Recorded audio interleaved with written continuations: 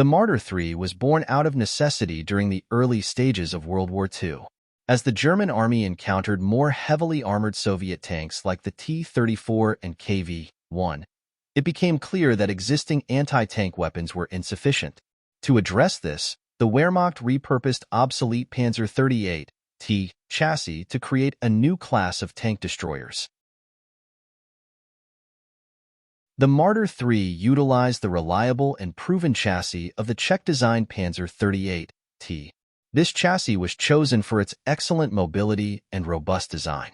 Three main versions of the Marder III were produced: the SD KFC 139, SD KFC 138 OSF H, and SD KFC 138 OSF M. The early versions were armed with captured Soviet 76.2 mm F-22 guns, modified to use German ammunition. Later models featured the 75 mm PaK-40 anti-tank gun, which was more effective against Allied armor. The Marder III had an open-top fighting compartment, providing the crew with limited protection but allowing for a full traverse of the gun. The primary armament of the Marder III was its powerful anti-tank gun. The 76.2 mm gun on the SD KFC 139 could penetrate the armor of most Allied tanks at considerable ranges, while the 75 mm PaK-40 on the SD KFC 138 variants provided even greater firepower. However, the open-top design exposed the crew to small arms fire and shrapnel.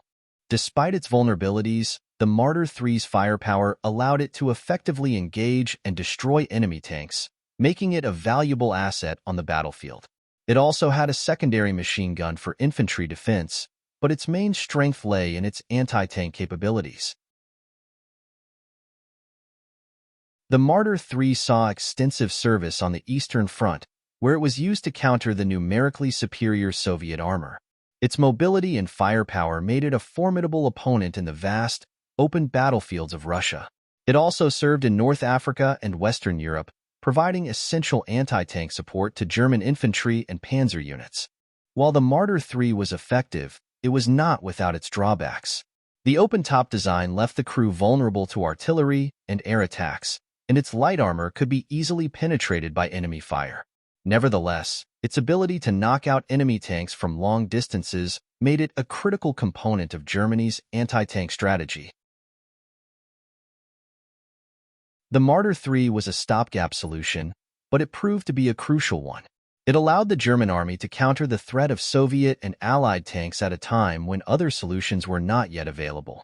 Over 1,000 units were produced, and it served until the end of the war, reflecting its importance and effectiveness.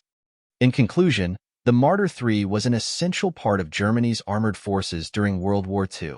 Its combination of mobility, firepower, and adaptability made it a formidable tank destroyer despite its vulnerabilities. If you enjoyed this look at the Marder III, be sure to like, subscribe, and hit the bell icon for more military history insights. Thanks for watching, and we'll see you next time.